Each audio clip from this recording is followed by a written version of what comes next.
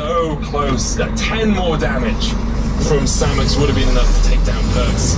But because Perks survived, he was able to get a little bit more out in the final fight. And I have to continue to praise Hjarnan. Of course, Samus had high damage numbers too, but Hjarnan still deathless in this game on the Vars. This is a pick that you expect to be dove on into the backline, be punished by his lack of mobility. But no, he's been doing great. Of course, now he has the GA to maybe make it a little bit easier for himself. But the fact that he's still itemizing defensively, but pumping out this DPS, is a major, major boon here for G2. G2 playing down towards the bottom side of the map here with Elder dragging up in a minute and a half. You can understand why, but Baron is up and Unicorn's going to secure their vision around it. Wonder still has teleport to join the fight if he needs. But as we zoom out on the game, you can see that G2 is still only 1,000 gold ahead, still a little bit tentative in this game. Yeah, for G2 though, if they're going to try to force a fight, I think it has to be off the back of a flank from Wonder, flank from Perks. They've done a lot of deep vision inside this jungle for the Unicorn to love. Wonder, he's got teleport, he can maybe look for a play. All they have to do is decide when to start up that objective, but maybe they just wait a little bit longer, because we're just a minute away from Elder Dragon spawning. They already have 3 elementals to go ahead and buff that up, so it seems like they just want to play it safe, play it calm at the moment and not take any risks, because again, the game is still so close in terms of gold, even though G2 do have that inhibitor. And with the wave pushing in, that's what allows G2 to get that vision control. White Knight does have his own teleport, so if Wonder TP's away, he can match. You can see Yanko's trying to force a play onto Samus here in the mid lane, not going to be able to connect just yet.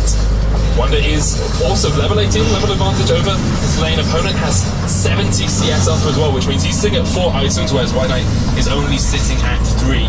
I have to say Totoro switched over to the Smite with the Unsealed Spellbook as well, so you of course have options if a Baron is started up to look for a Smite steal. Maybe ambitious there from Totoro without a flash in the pit. We're gonna fight. Right, straight onto Cold Pressure Prism used as well. Totoro low, cleanses away, Perks on the back line, trying to dive on Samus, but there's Zonya's use cleanse as well.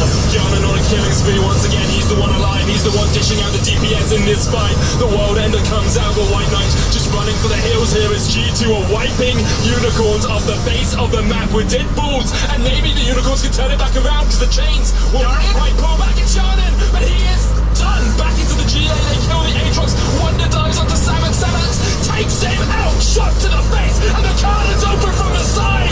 One shot on Hjarnan, misses the second. Perks blocking it as Hjarnan trying to dodge around.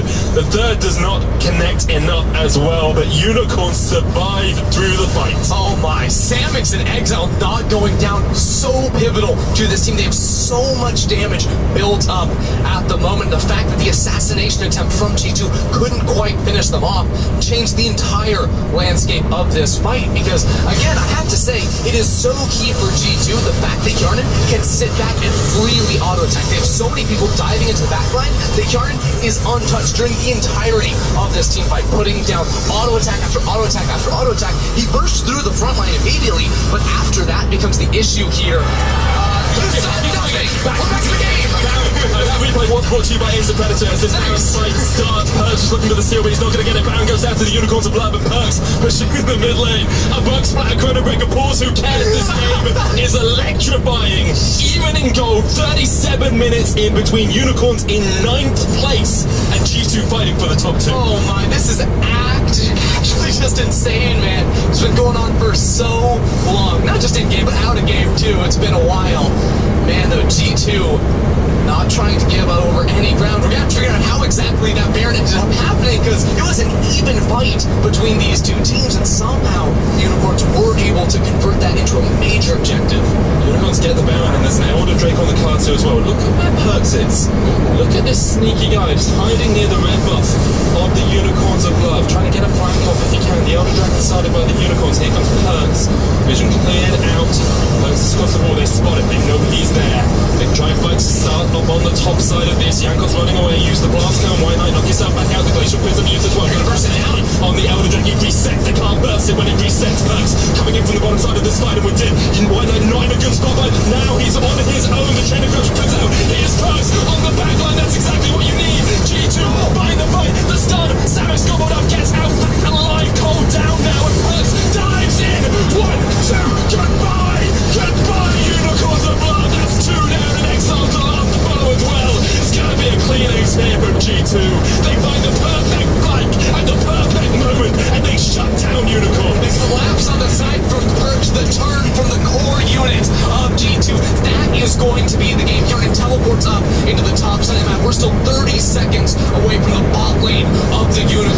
responding. G2 are going to crush this base. What a performance from both of these teams. G2 somehow eke out some semblance of victory from this game, but they will not be happy after this performance. They will go for the Nexus Towers, they'll take them out as well.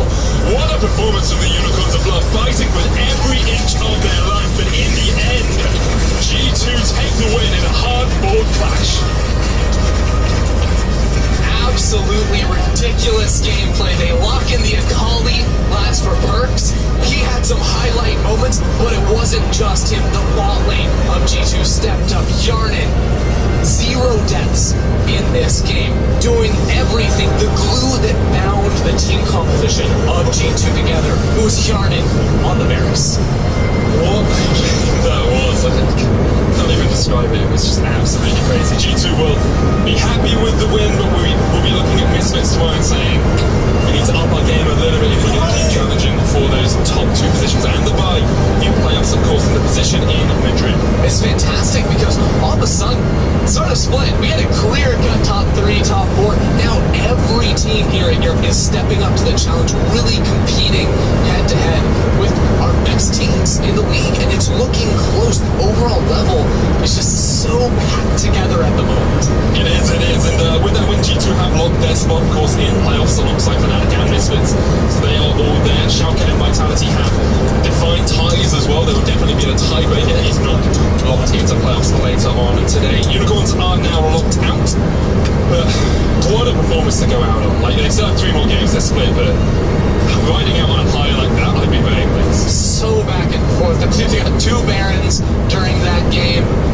Impressive stuff out of both of these teams. But yeah, I was waiting for the damage numbers here for Yarnin in the bottom lane.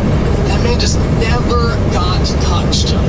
Always able to survive on that backline. You could see so often Cold would be going in there, trying to get the cast going. You had the Realm Warp onto the backline as well, but they could never quite catch up. And let's not forget this goal difference over time.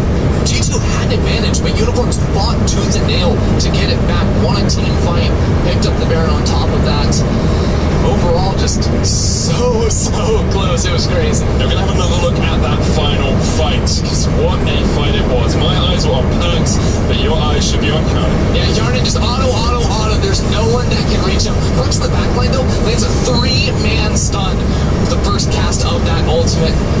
Just waits for the rest of the team to dive on in, and I have to say it, every single fight, the combination of Perks coming in on a flank and Wonder just diving straight past the front line of the Unicorns made it so that no one could touch on it. It bought time for this player to absolutely devastate the composition of the Unicorns. That's exactly what he did. What a performance all around from him. And I'm impressed by the fact that coming into this week, coming into 8-15, I thought that G2 would really struggle with Yarnin on any carries. He's always been a good Varus player, good utility player, Jhin as well, but you always wonder whether he's actually going to be able to step up to the level of performance like people like Sven and Mindy, who he replaced. Yeah, and he did the job today. I need to see more from that. I need to see growth here from G2 because they've had a pretty stagnant playstyle for a long time. That hasn't necessarily cost them up until recently.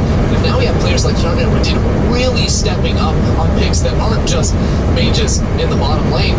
Gives so many options here for G2 to change around what they want to bring to the table. Well, if you guys think someone stood out in that game, which a lot of people stood out in that game, be sure to vote for player of the game at World Esports on Twitter. Yarnin, Radin, and Wonder are your options.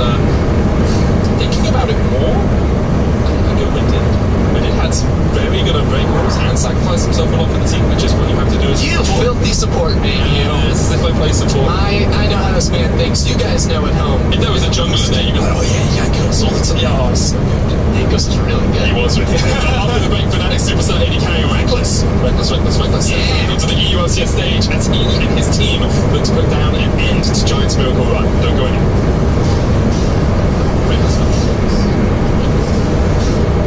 So having Reckless back is a great opportunity.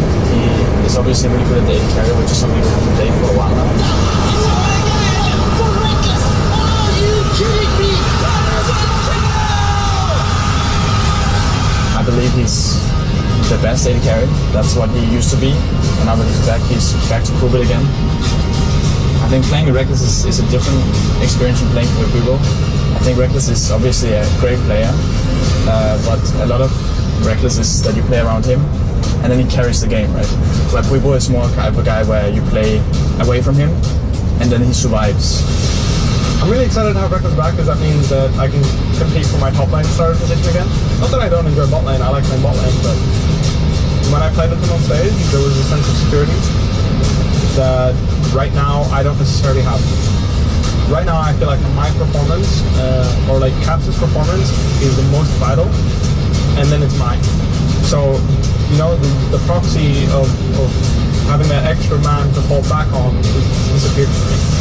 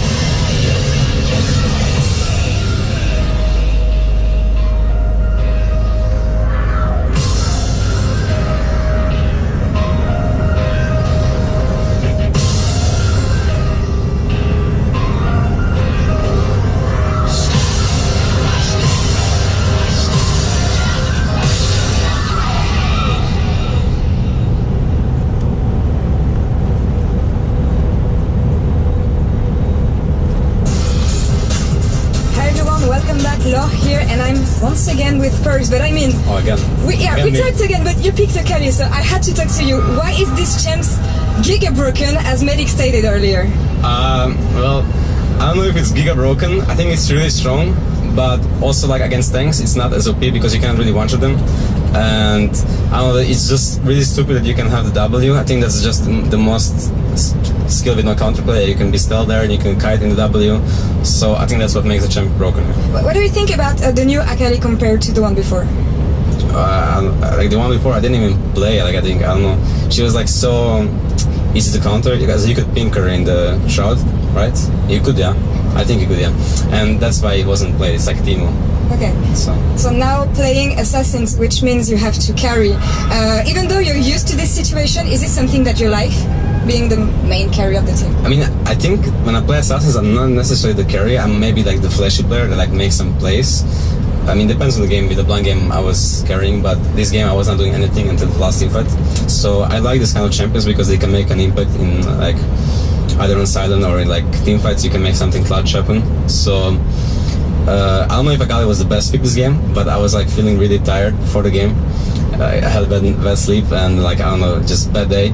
So I was like so sleepy and I could have picked Orianna or something, but then I would be sleeping the whole game. So I told him like, I just pick me Akali. I have to wake up. Like just pick me Akali and they're done. And yeah, Ryze like uses like Akali counter, but I just picked it into it because I didn't know how the matchup was. Like the champ is always banned. Well, now you're awake. You had fun. You won the game. You will be facing Misfits tomorrow in match of the week. So how do you feel about this matchup? I think game against Misfits will be really easy. Either play the same as it did today, then we will just smash them tomorrow because we will be able to close the games compared to H2K. So yeah, I hope they step up for tomorrow. Well, nice confidence. Good to hear once again. Well, thank you for joining me for the second time of the day. And now back to videos. Thank you very much, Law. Spicy words coming out from Perks. Definitely sets up a lot of excitement for tomorrow's match of the week against Misfits. But we've got to move on to our next game between Giants and Fnatic. Now, last week, Giants began their miracle run by finding their first 2-0 of the split. We're going to take a look back and see how they did it by looking at their composition, strategy, and key players. Starting off with their composition in week 6 versus the Unicorns of Love, you can see that they drafted a lot of team fighting. Orianna and Varus for a lot of area of effect crowd control and damage. You have Gragas for a bit of extra engage and crowd control, and you've got the Tahm Kench draw for a nice bit of peel. Deficio broke down a couple weeks ago why this was so poor for Giants, because they could not execute upon these style of compositions. So moving into week 7, they changed up their strategy. They went much more towards a split pushing style, which you can see when you look at things like the Ryze in the mid lane, the Poppy that can go off in the other side lane,